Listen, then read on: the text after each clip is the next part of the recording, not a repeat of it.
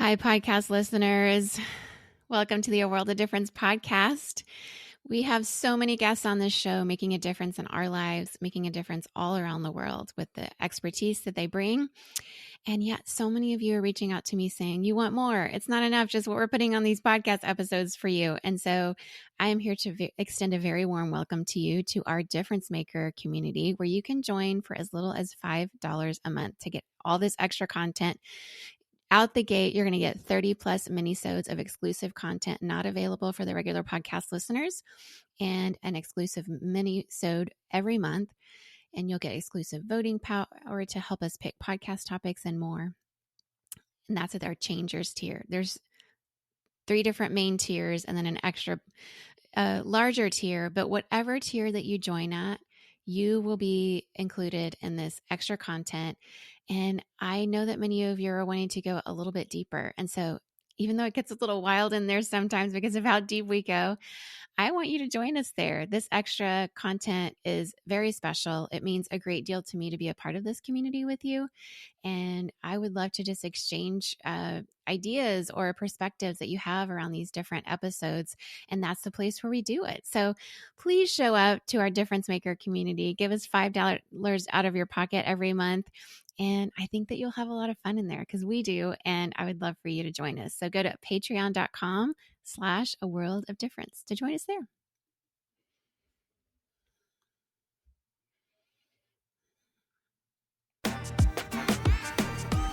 Welcome to the A World of Difference podcast. I'm Lori Adams Brown, and this is a podcast for those who are different and want to make a difference.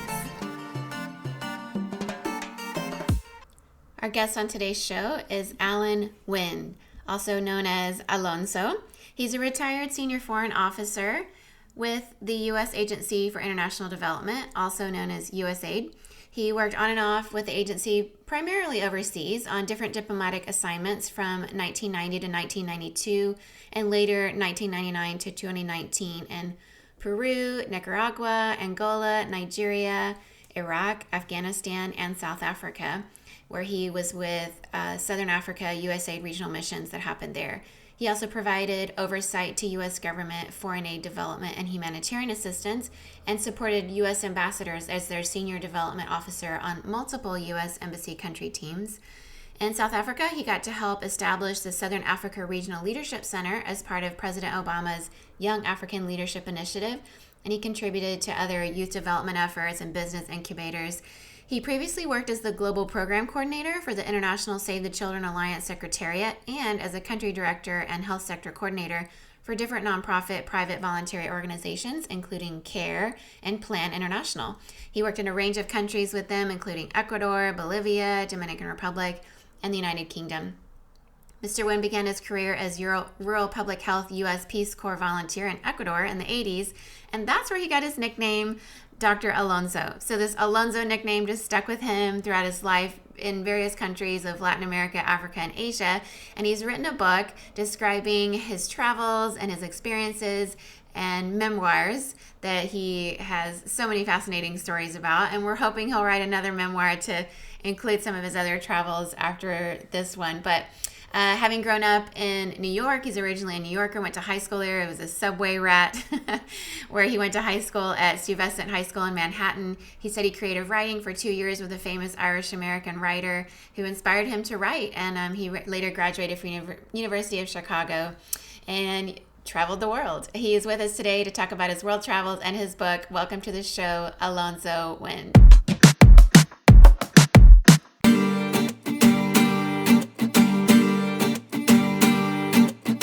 Hi, Alonso. Welcome to the A World of Difference podcast.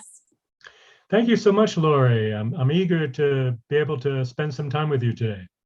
Yeah, me too. And I am so excited for you to talk about your book and your background and your vast work experience in many countries. But for those who haven't, heard about you before or just now getting to know you, why don't you give a little bit about your background and who you are? Well, I have had a bit of a complicated career over several decades, working with a number of different non-governmental organizations, including CARE, Save the Children, and some others, and ultimately joined the Foreign Service with the USAID for about 2 decades. I left in the last administration, given some of the nasty stuff that was going on at the time. And I've been engaging with and trying to see how I can be supportive now with the new dispensation, of course, that we have in the States. For me, the start of all this was, of course, my service as a Peace Corps volunteer.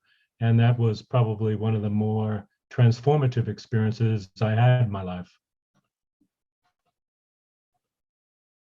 Yeah, the Peace Corps is just such a wonderful program. I've met many people throughout my career that got their start there as well. It's a great way to get a taste for what's going on in the world. So I'm sure that was a really formative time for you.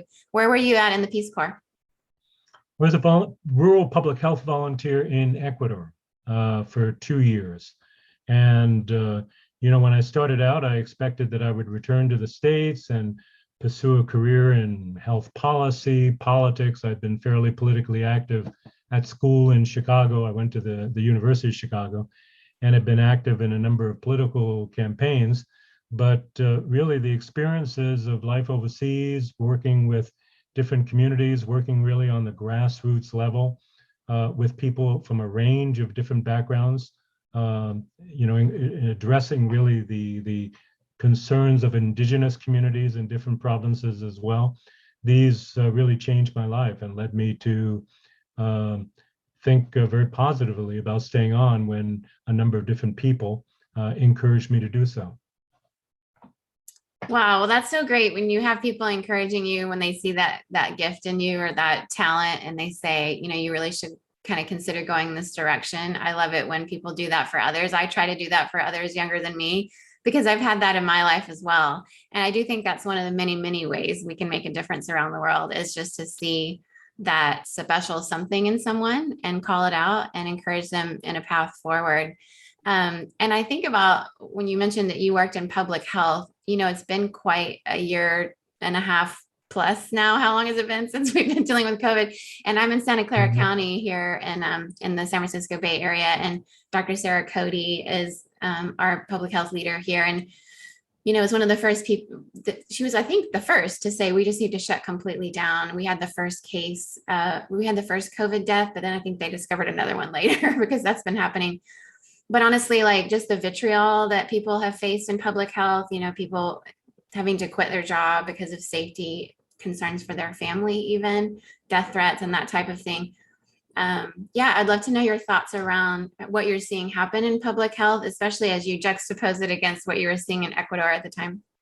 Yeah, it's been a very sobering experience. Over the years, I've worked with some tremendous leaders in public health. I quickly moved on, of course, from my initial functions in health to take on broader responsibilities in mission management. But working in public health always remained something very, very close to my heart.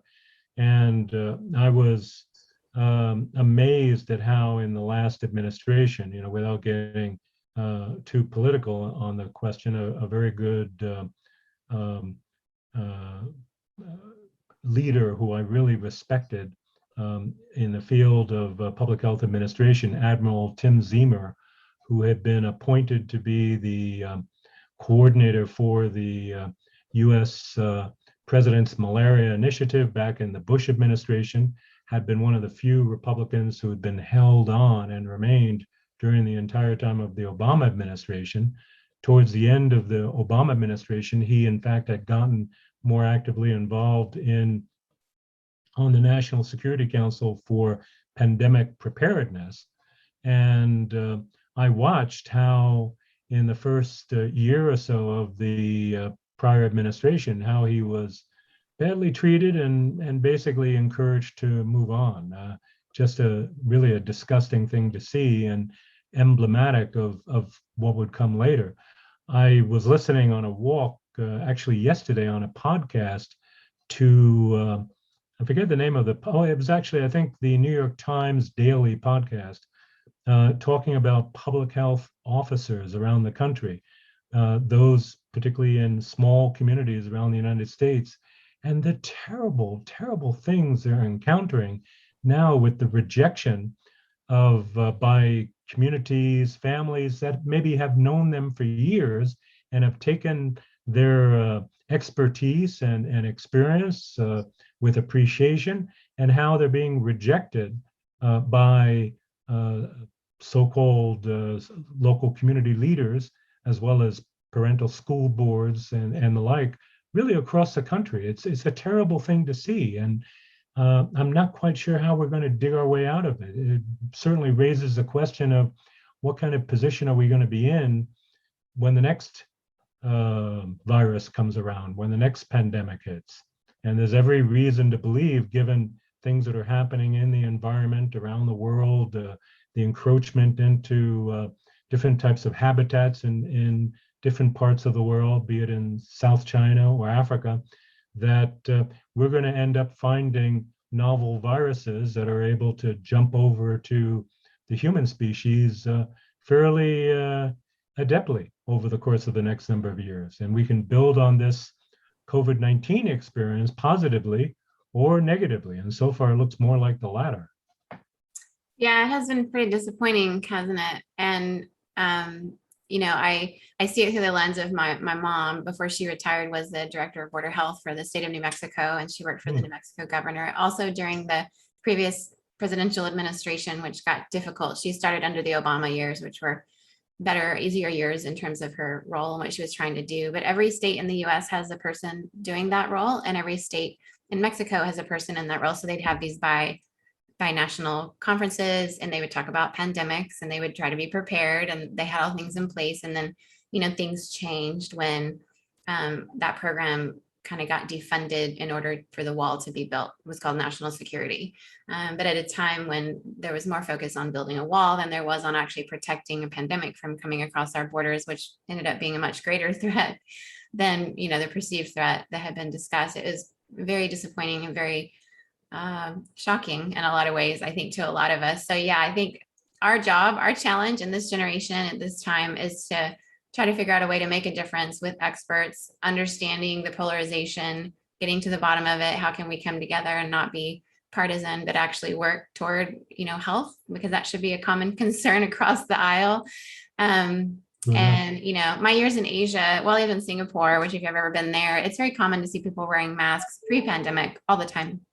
People, if you had a cold or the flu or anything that you were sneezing or coughing on the MRT, the subway everybody rides, people just wore masks. It was like not a thing. And it's very hot and humid. It's a tropical island, so it's not easy to wear a mask in that condition, but people would do it, not for themselves, because you're already sick. It was a way to protect others. And it was sort of expected culturally that you would care for other people besides yourself.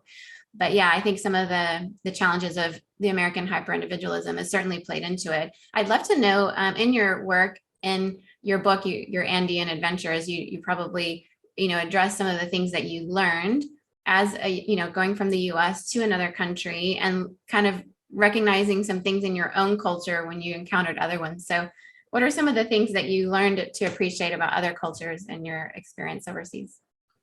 Well, one of the more positive things, certainly, I would highlight is the diversity of cultures that one encounters. Clearly, going to any particular country, it's not like you're going into a monolithic culture that's unique to that country, because really looking under the sheet, so to speak, I mean, you see so much more that's there. And that was part of what drew me in terms of the vocation that I came to develop.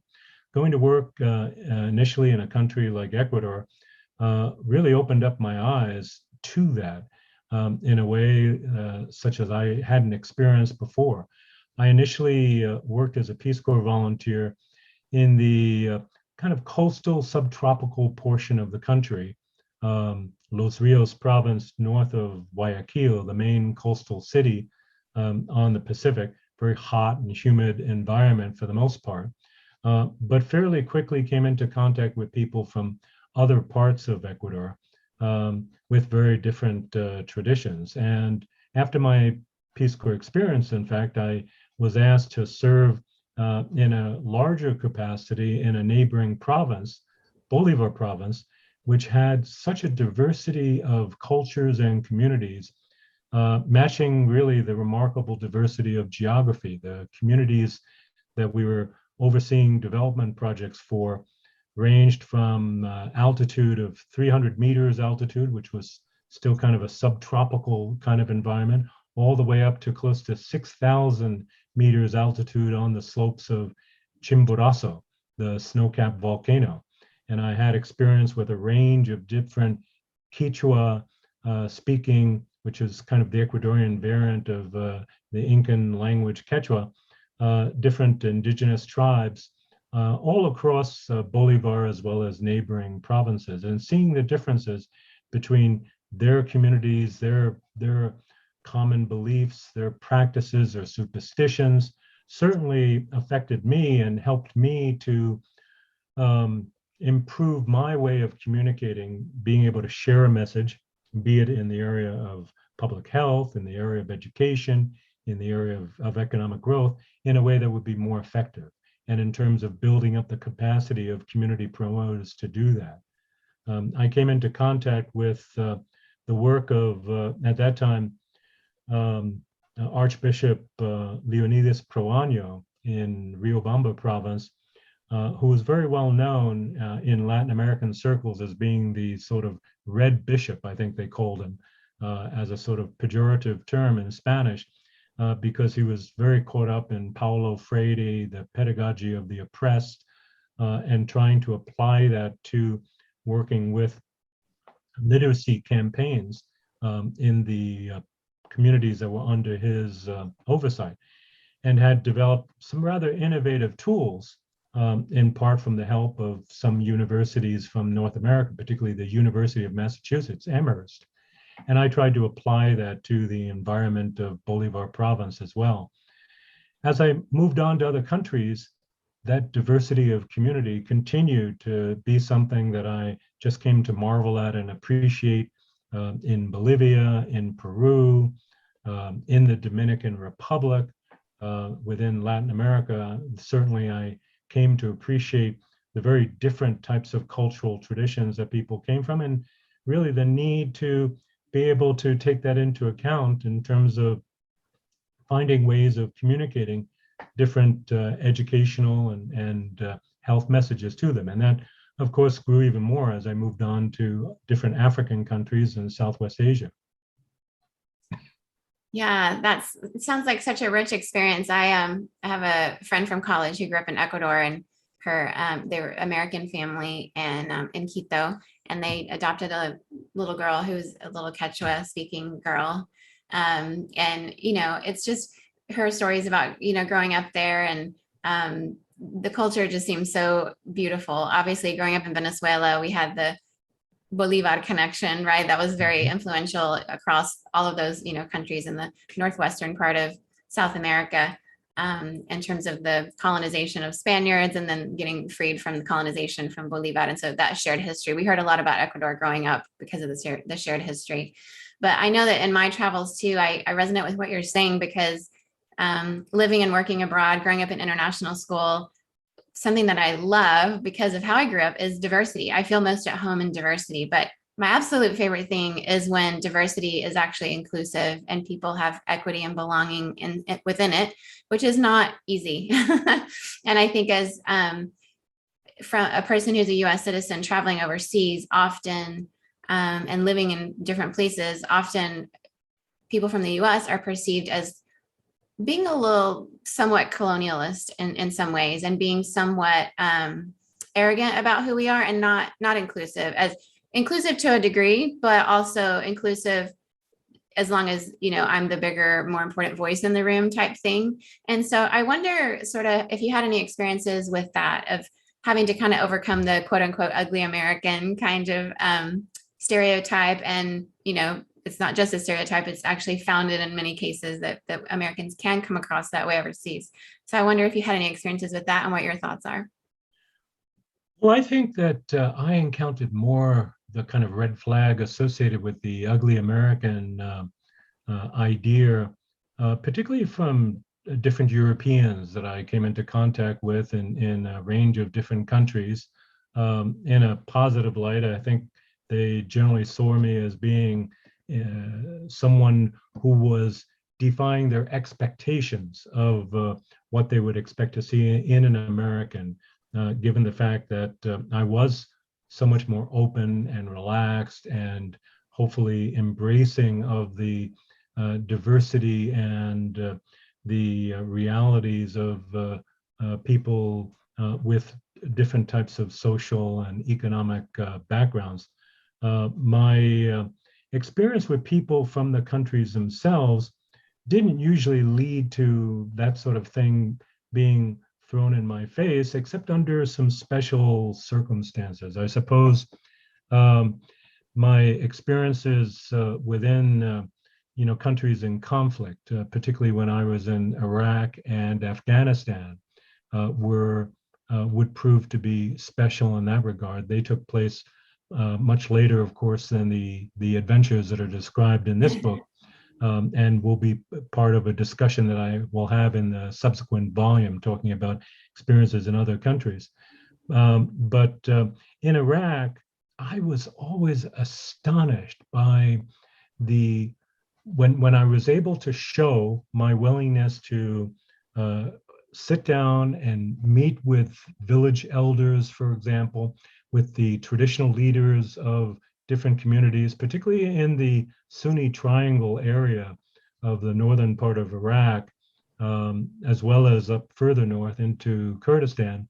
But when I was willing to actually remove body armor, remove the Kevlar helmet, sit down and be vulnerable in that sense and be willing to talk with them as a person rather than wearing all of the different accoutrements for protection, I found them to be remarkable hosts, very understanding, and overcoming really the terrible legacy of the wars that had afflicted Iraq, in which we had had some responsibility as well over the years. Not only, of course, the conflict against Saddam Hussein, but of course the prior wars and prior colonial activity that had taken place within the region.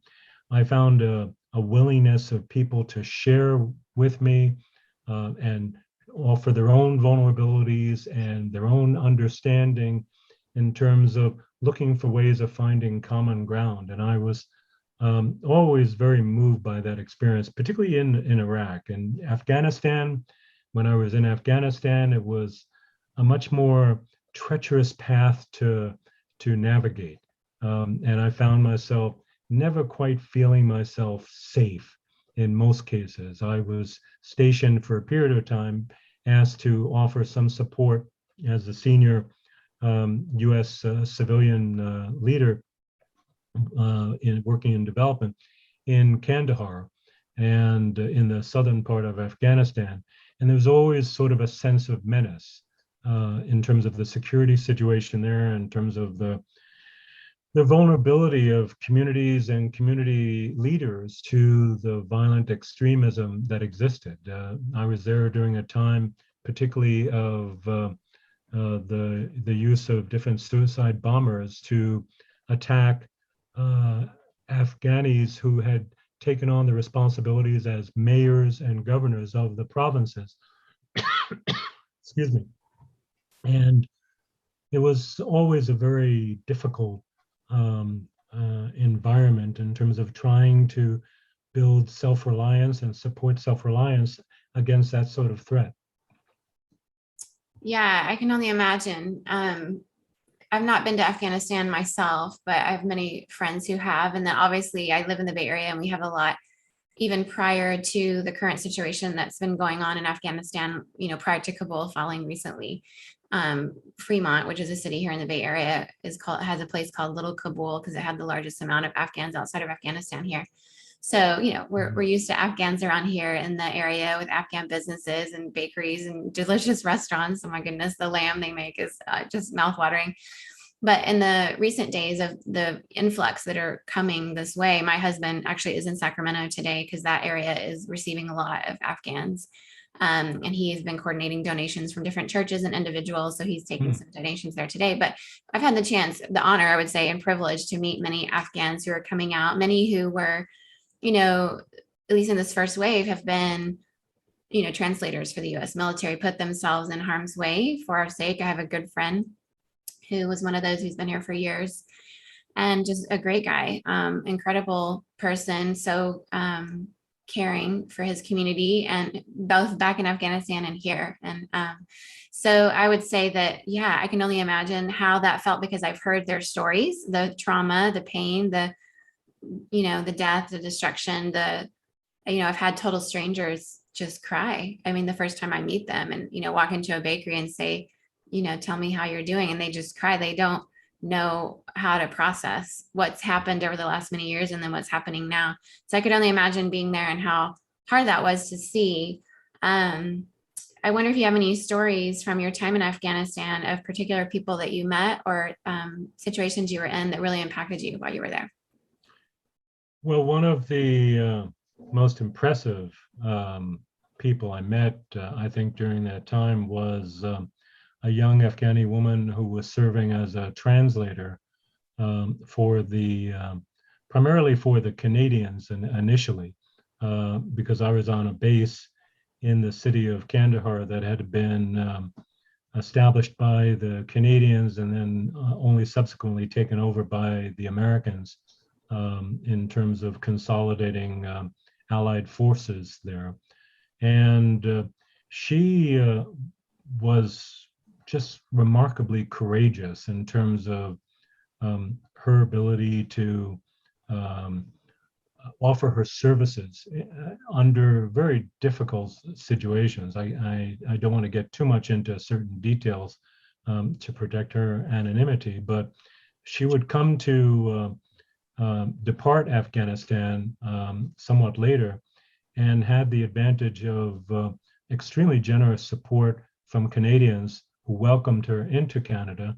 And over the course of a number of years, I was continually amazed at how she was able to pursue her studies and to serve as a leader of the Afghani cause, helping Afghani refugees in Canada, and watching, in fact, the suffering that she was having to face over the course of this summer with the evacuation of so many more coming out of Afghanistan. Luckily, among the 120,000 or so who were airlifted out, she was able to advocate for and see to safety a number of members of her family out of Kabul and Kandahar.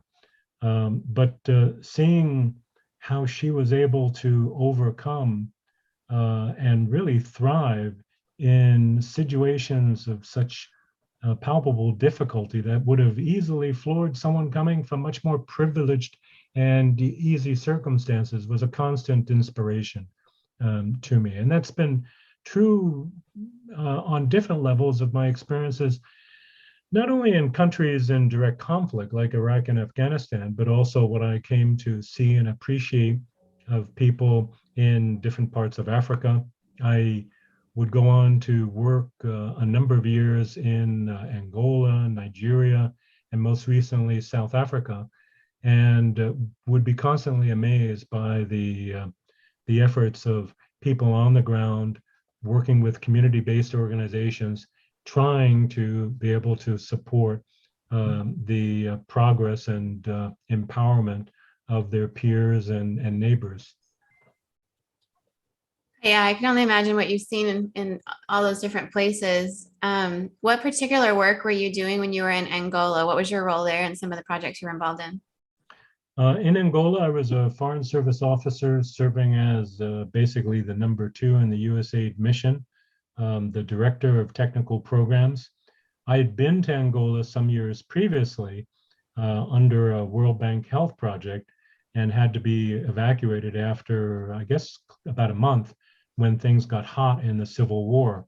But in 2005, my family and I went to Angola together, including my wife and daughter, about 2 years after the Civil War had come to an end in Luanda. And it was an extremely difficult environment. The Luanda was dirty, was filled with pockmarked buildings. There was garbage strewn in different locations. I mean, the physical environment of the Bay of Luanda is a pretty one, but really you couldn't appreciate that beauty given the just the way the city was, the horrible congestion and the like. We were there for 2 years, and I tell you that even though some of the aspects of Angola were among the most demanding for my family in terms of living conditions, um, it remains probably one of the countries that most worked its way into the heart of all of the members of the family, including our daughter.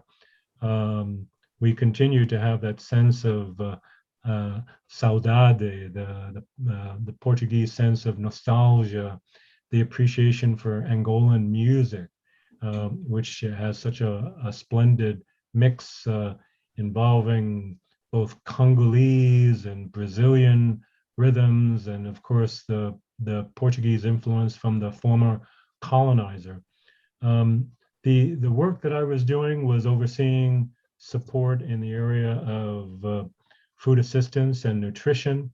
We were also doing some work in terms of democratic governance, and I was taking the lead in terms of trying to help build our partnerships with a number of petroleum industry companies, as well as those in the extractive industry of diamonds, in terms of trying to leverage US government resources for development assistance with private contributions. On the whole, it's been amazing to see the progress that Angola has demonstrated to the world. When I was there, the Dos Santos family was still very much in control, and they were notorious kleptocratic regime in terms of the amount of thievery going on from the oil resources that had been available to the state. But since that point, Angola has been able to eventually overthrow them, lead to hopefully a cleaner type of governance environment. And now, when you go to Luanda, it's amazing how they've progressed in terms of really modernizing the city and really taking it forward over the course of the last um, uh, 10, 15 years or so. I've had a chance to return several times and to really be impressed in terms of how things have moved forward. They have followed a very different course than the Nigerians, which represent another series of challenges in terms of uh, a very populous country that also has, the oil bonanza, but where the oil money has often been used to fuel tremendous corruption across society. Mm. Yes, I'm familiar with how oil can corrupt, both as an American citizen and having grown up in Venezuela, which is where Sure. OPEC began, and a lot of things have gone on related to oil. But yeah, I love how your family really has a special connection with Angola, because I always find those kind of stories so true, and it surprises a lot of people if you haven't lived in places like that.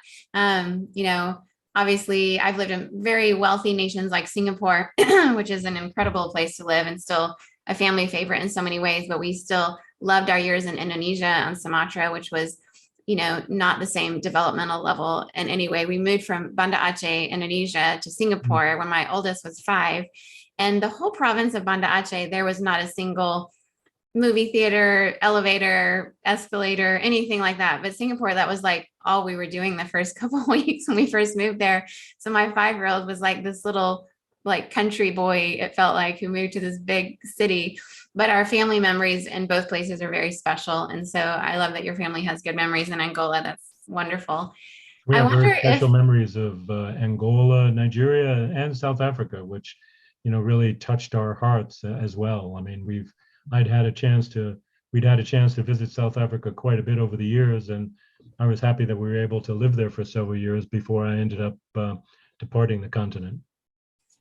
yeah, I'm sure you have about 5 other books inside you waiting to come out. So we'll look forward to reading those too. I wonder if you have any advice for listeners listening all around the world, from all your years' experience, from all the places you've lived, the languages you speak, the cultures you've encountered. the work you've done both in kind of nonprofit and government side of things. And so as you've interacted with people in your work and what all you've learned, what is some of your best advice for people who in this generation with our current problems to solve are trying to make a difference? What would you say to people? Well, I can touch on that in different ways, but one of the things that I think is very important that we look to um, move back to or move forward from in terms of now is the whole concept of national service, international service, Peace Corps, or its different domestic um, uh, related types of programs. I think that there's something to be said for having actually a commitment to some sort of period of service, be it 6 months, 12 months, 24 months, like Peace Corps is, where you're forced to mix with people from very different backgrounds, very different environments, um, not only from in the countries that you're serving in, but also with your fellow volunteers, as is often the case, and be forced to give up some of the comforts and luxuries of life and do something of service for other people. I think that that sort of experience is tremendously empowering for people and can really establish a narrative for your life in ways that you can't anticipate and can't expect. I think many people may go on from that to very successful corporate careers or other jobs of relative affluence and prominence. Others may, in fact, find the inspiration to continue a vocation, a career of service, to work within humanitarian assistance or international development work. I don't think one is necessarily higher or more important than the other, but I think that there's a unique intrinsic value in terms of being able to offer that kind of assistance, that kind of service opportunity, and to use it as a way to also gain some wisdom in terms of how to interact with people, how to work with people from different cultural backgrounds, how to appreciate and really rejoice in that diversity that we have to face in the world if we're going to be successful. Certainly, I found the Peace Corps experience to be a fantastic experience in my own right, and I've known quite a number of people who are returned Peace Corps volunteers and who all affirm that. I've never heard of someone coming back from Peace Corps and saying, "Oh, I wasted 2 years of my life on that." So But true. Yeah. I mean, I think that it's something that also provides us something of real value in terms of our own development, maturation, and growth as individuals. Yes, I wholeheartedly agree. You know, Singapore, where I lived for 10 years, has national service, but it's in the military. But because they're not at war with anyone, it kind of has almost like a Peace Corps type element to it. And it is a nation building exercise because it is the most religiously diverse nation in the world. And so you meet people who are doctors and lawyers and, other fields, and they will talk about NS, they call it their national service buddies that they were in. It's only required for men, but women can join. But you hear, every older man in Singapore, I would always love to hear about their national service experience because it always was full of stories of people who were very different from them. You might have like a Chinese Singaporean with a Malay Singaporean or Indian Singaporean, and their food was all different, and they would learn about each other's cultures and religion. And years later, they're friends, like they get married, they have kids, and that enriches them into their career. You mentioned how, some people might think, well, maybe you want to go into the corporate world, for example, but you should take 2 years to go into the Peace Corps. What kind of things would cross over, do you think, of working in a role like that? What kind of leadership skills or what kind of skills can people learn in that environment that they could bring into, for example, a corporate job, would you say? I think one of the failures in American society these days is that people are either often too glued to their phones, they're constantly paying attention to their phones, to their technology, rather than to the people around them, or they may be engaged with people And there seems to be something about the American culture that encourages people to be constantly thinking about the next thing that they're going to say when they're involved in a conversation with someone else.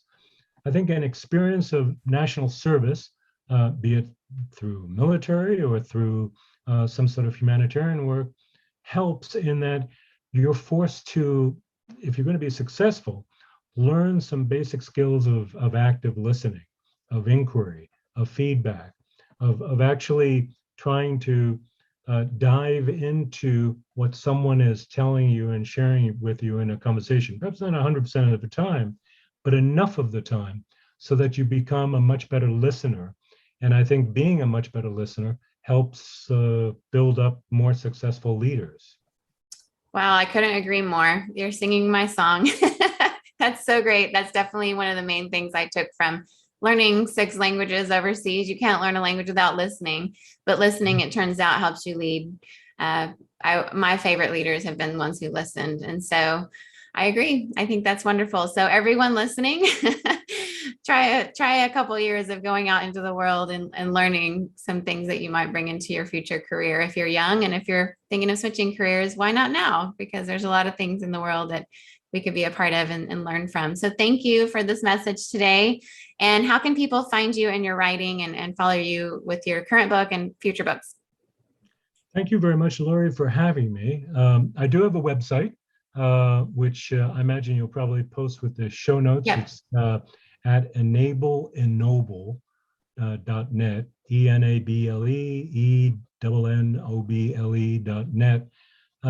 and also I can be found on Amazon easily enough. The book Andean Adventures is actually available in both English and Spanish because it's got a bit of a Latin American audience as well.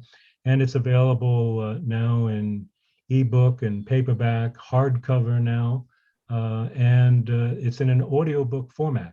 So if people want to listen to some of these stories in my own voice, they're certainly encouraged to take a listen to the samples available on the Amazon website for the audiobook narrative. That itself was quite an experience in terms of putting out the audiobook. I'm sure it was. Well, thank you for being on the show today and blessings on your next adventures. Thank you very much. Thank you again for having me, and have a great weekend, Lori. You too. Bye-bye. Bye-bye. Wow. This man has really traveled and worked and made a difference around the world. What an exciting interview. Please pick up his book. We will put a link in the show notes to Andean Adventures, and follow Alonso and his writing.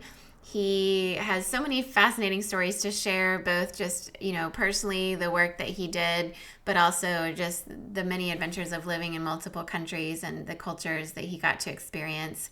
And he basically lives in Virginia now with his wife, and their adult daughter is in Africa on her own adventures.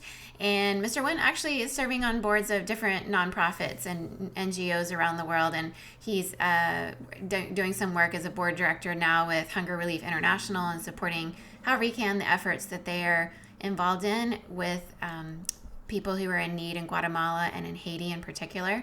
So follow him on the work that he's doing and what he's writing about, because he's certainly a thought leader with the experience he's had of different perspectives around the world and how they've shaped him as someone who's worked in foreign service and NGOs worldwide.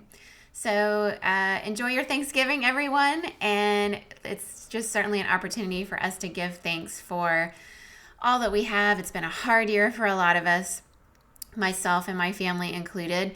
But in the midst of all the hardship, I hope that you can hold space for one another for what has been hard, that we have struggled through, for women who've left the workforce during this she-cession, for the Great Recession, where so many have had to either be laid off or just leave for different reasons because of the pandemic. And so we hold space for you here, and we lament that with you, this life change that many of us never expected. And at the same time, we are holding gratitude for you, for this community, for all you mean to us around the world. And also pausing to recognize that our history in the U.S. of Thanksgiving is a complicated one. It's one that has taught us to give thanks, but it's also one where some of that history has really been whitewashed and has not been told in the fullness. So I encourage all of you to read the many resources of Native American voices who are speaking to the oral history that's been passed down of what happened in the early days of the Puritans coming to the United States, that a lot of what happened wasn't just about freedom of expressing their faith in a new land in the ways that they wanted to. That was certainly a part of it. But a lot of what the Puritans brought was an idea of a pure white race and a lot of white supremacy that they brought with them. And so the good, the bad, and the ugly is a part of our history in the United States. And so as I've been leaning into that with my family over the last many years, reading books to my kids when they were younger from various perspectives around Thanksgiving, I encourage you to either pick up a children's book or or pick up a book written for adults around that history, which is complicated and full of tragedy and full of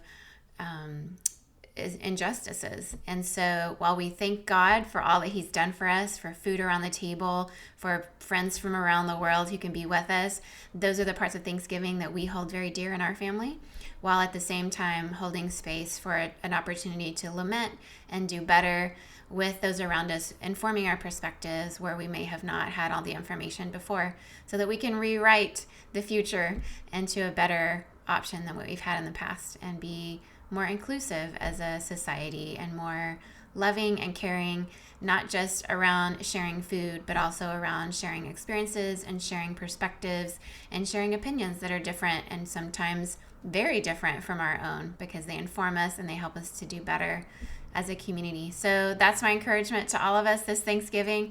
I know around your own family tables, there might be a lot of difficult conversations. So my hope is that we can all have those conversations that need to be had in loving and respectful and careful ways, so that we can learn from one another and love each other even in our differences. Happy Thanksgiving, everyone, and I hope to see you enjoying those meals, enjoying those conversations, even when they're hard, in your pictures on social media this week. To all of you around the world who don't even know what I'm talking about with Thanksgiving, we're thankful for you too. And please join our Thanksgiving giveaway if you haven't. We have a little more time left to give away 4 books of Dan Stringer's book, Struggling with Evangelicalism: Why I Want to Leave and What It Takes to Stay. So just put a comment on Instagram, Facebook, or Twitter, and we will put you in the hat for a free book. And I hope it's you. I hope you win. Share it with your friends, and happy Thanksgiving, everyone.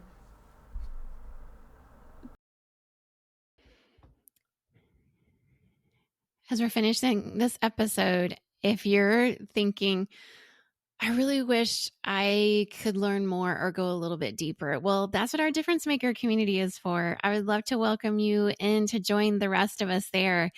Once again, it's only $5 a month to join, the price of a latte at your local coffee shop. You can join at our Changers tier.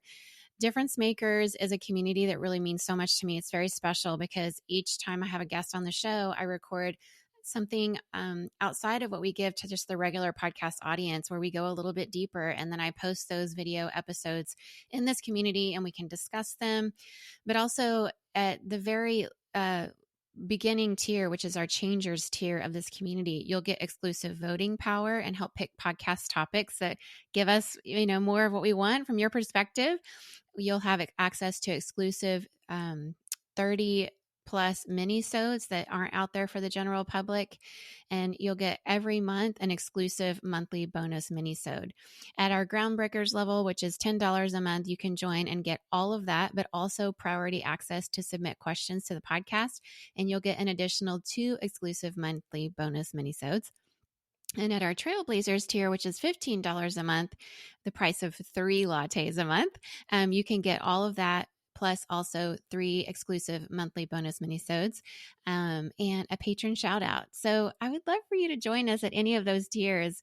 It'll help you come into this community, be in the midst of all of us, other difference makers, and we'd love to hear your perspective. I certainly would. It's a place to engage more with me and the audience around what you like, what you're resonating with, and once again, go deeper with each of our guests. So please join us in this membership community. I would love to hear your perspective and love to share this extra content with you. So show up at patreon.com/a world of difference.